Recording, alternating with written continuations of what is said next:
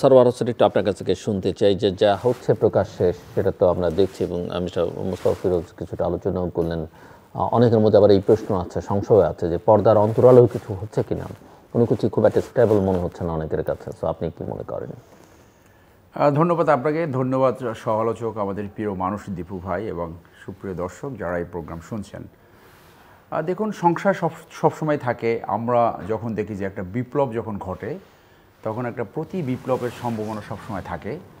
আমরা জানতে পেরেছি যে সেনাবাহিনীতে উচ্চাকাঙ্ক্ষী সেনাপ্রধান নয়, অন্য 2-3 জন অফিসার অত্যন্ত উচ্চাকাঙ্ক্ষী এবং তারা ডাইরেক্ট ক্ষমতা নেওয়ার পক্ষে ছিল, যার জন্য আপনারা খেয়াল করেছেন যে কুইক একটা পোস্টিং হয়েছিল, একজনকে সেখানে ময়মনসিংহ পাঠিয়ে দেওয়া হলো যে আর্মি শুড টেক ওভার।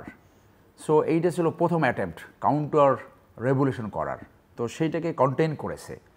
এরপরেও এই সম্ভাবনা থেকে যায়, কারণ it's a very turbulence start, যে একটা বিপ্লবের পরে সরকারকে স্টেবল করা এবং সরকারকে নর্মাল কার্যক্রমে আনা, সেটা হলো ফার্স্ট চ্যালেঞ্জ।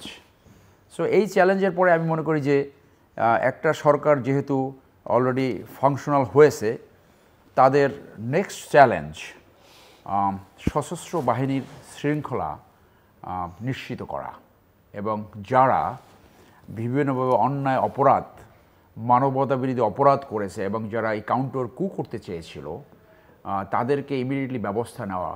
কারণ ইতিহাস বলে যারা একবার এই প্রবণতা দেখায় যে তারা কাউন্টার কু করতে চায় অথবা ক্ষমতা নিতে চায়, যখনই সুযোগ পাবে তখনই করবে। তাহলে ফার্স্ট প্রায়োরিটি হলো এই গভর্নমেন্টকে স্টেবল করতে হলে আপনার যে যে অ্যাডভাইজার পরিষদ রয়েছে সেটা আমি একটু পরে আসছি।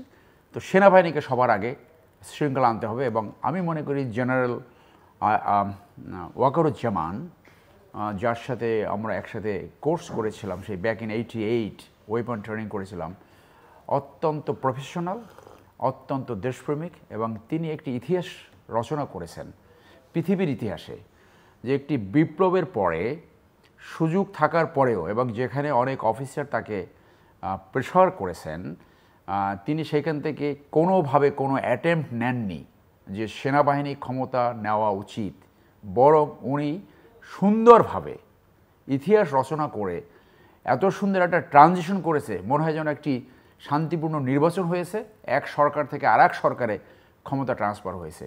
এই ক্রেডিট তার নামের সাথে আজীবন থাকবে। তিনি বাংলাদেশের দেশপ্রেমিক মানুষদের জন আকাঙ্ক্ষাকে সম্মান দেখিয়েছে এবং দেশপ্রেমিক আর্মির নেতৃত্ব হিসেবে নিজেকে প্রতিষ্ঠা করেছেন। অনেকে হয়তো তার সমালোচনা করবে বিভিন্নভাবে। সেইখান থেকে নেক্সট চ্যালেঞ্জ হলো পুলিশকে শৃঙ্খলায় আনা।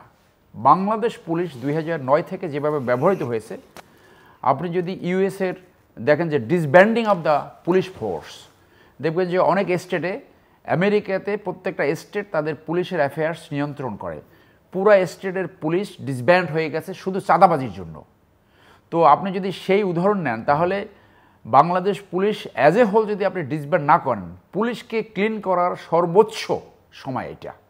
যারা 2009 থেকে বিভিন্ন জায়গা ওসি, এসপি, ডিআইজি ছিল, তারা প্রত্যেকে যেটা বিপ্লবীদের আকাঙ্ক্ষা, স্বৈরাচারীর ডাইরেক্ট সমর্থনকারী অথবা ডাইরেক্ট অথবা ইনডাইরেক্ট বেনিফিশিয়ারি, তাদেরকে দেখভাল করতে হবে, তাদেরকে আইনের আশ্রয় আনতে হবে। তাহলে 2009 থেকে যারা ওসি থেকে এই আইজিপি ছিল, সেইটা কত পরিমাণ।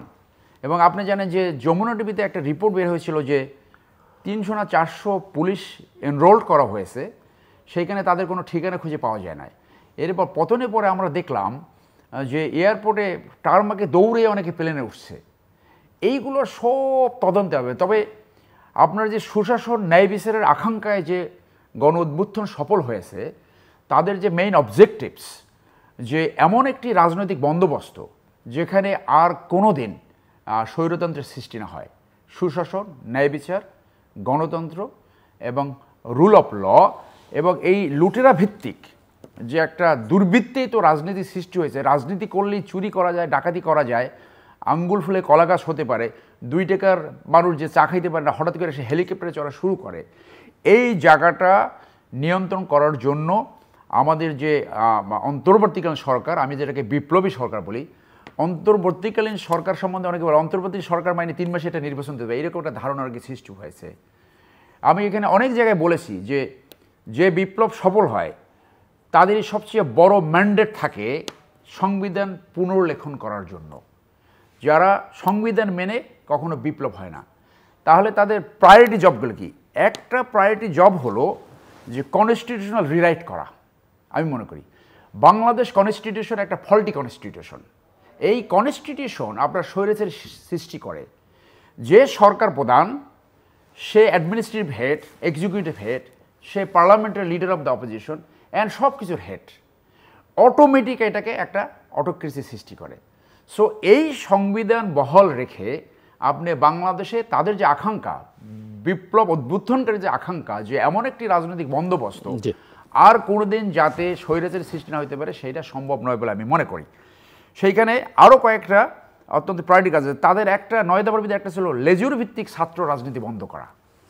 লেজুর ভিত্তিক ছাত্র রাজনীতি বাংলাদেশের জাতীয় স্বার্থ এবং দেশের স্বার্থ বাদ দিয়ে যেখানে তারা অবস্থান করে মূলত ব্যক্তি স্বার্থ দেখে আর দলীয় ক্ষুদ্র স্বার্থ, তারা জনস্বার্থে খুব কম কাজ করে, ওই রাজনীতি নাই। সো একদম পারফেক্ট কিন্তু অ্যানালাইসিস। আর একটা হলো রাজনৈতিক দল পরিচালনা করার জন্য যে আইন, সেই আইন আপনার সংবিধানের ভিতরে ইনসার্ট করতে হবে যে দলের ভিতরে দলের প্রধান যে সভাপতি সেক্রেটারি কয় টার্ম হবে, দলের ভিতরে গণতন্ত্র প্র্যাকটিস না করে তারা গণতন্ত্রের কথা বলতে পারবে কি না, সেইটা জন আকাঙ্ক্ষা, জনগণ কিন্তু সেই ম্যান্ডেট দিয়েছে। এই কাজগুলো তাদের করতে হবে।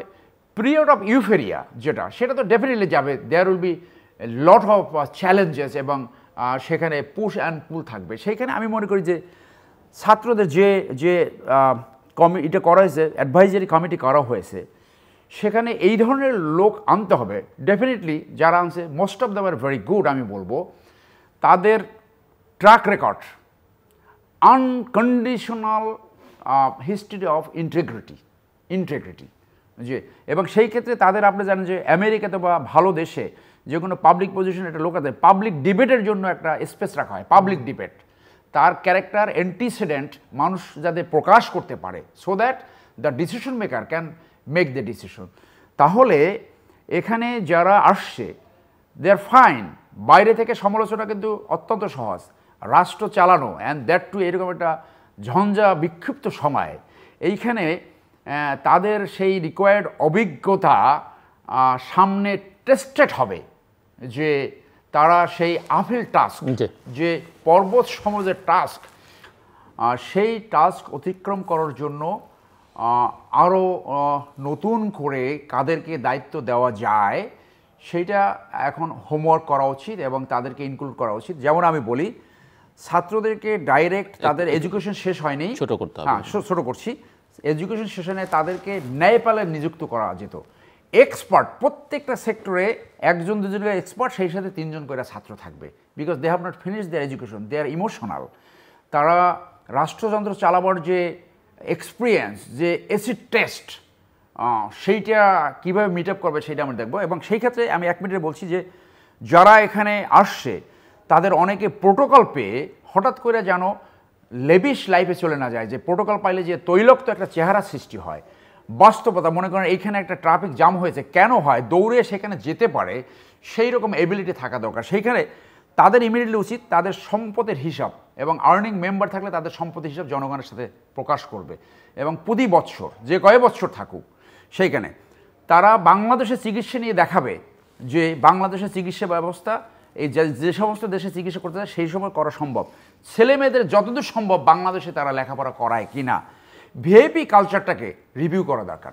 বাংলাদেশ এরকম আমাদের দেশ গরিব দেশ, এই ভিআইপি কালচার আমরা প্রতিনিয়ত দেখেছি, বিভিন্ন বাহিনী পুলিশের গাড়ি শুধু চওড়া হয়েছে আর মানুষের সার্ভিস জিরোতে চলে আসছে, সেই জায়গায় আনতে হবে। এবং সেই জায়গায় আমি মনে করি যে আপনার এই চ্যালেঞ্জ অতিক্রম করতে পারে সেই ধরনের ট্যালেন্ট হান, যে কি লাগবে, যোগ্যতা, দক্ষতা, সততা, যে কোনো চাপ উইথস্ট্যান্ড করতে পারে, যে কোনো চাপ উইথস্ট্যান্ড করে তারা তাদের অবজেক্টিভস অ্যাচিভ করতে পারে। এবং এই যে ম্যান্ডেট পেয়েছে জনগণের ম্যান্ডেট, এই ম্যান্ডেটই তাদেরকে বলে দেয় যে তারা এই ম্যান্ডেট শেষ না করা পর্যন্ত, তাদের অবজেক্টিভস অ্যাচিভ না করা পর্যন্ত তাদের টেনিউর থাকতে হবে। There is no fixed tenure. Mister Mostafa Feroz, আপনি শুনছিলেন এবং আমি ওনার পুরো আলোচনা থেকে একটা লাইন যদি ধরে আপনাকে প্রশ্নটা করতে চাই, উনি বলছেন যে যে কয় বছরই ক্ষমতায় থাকুক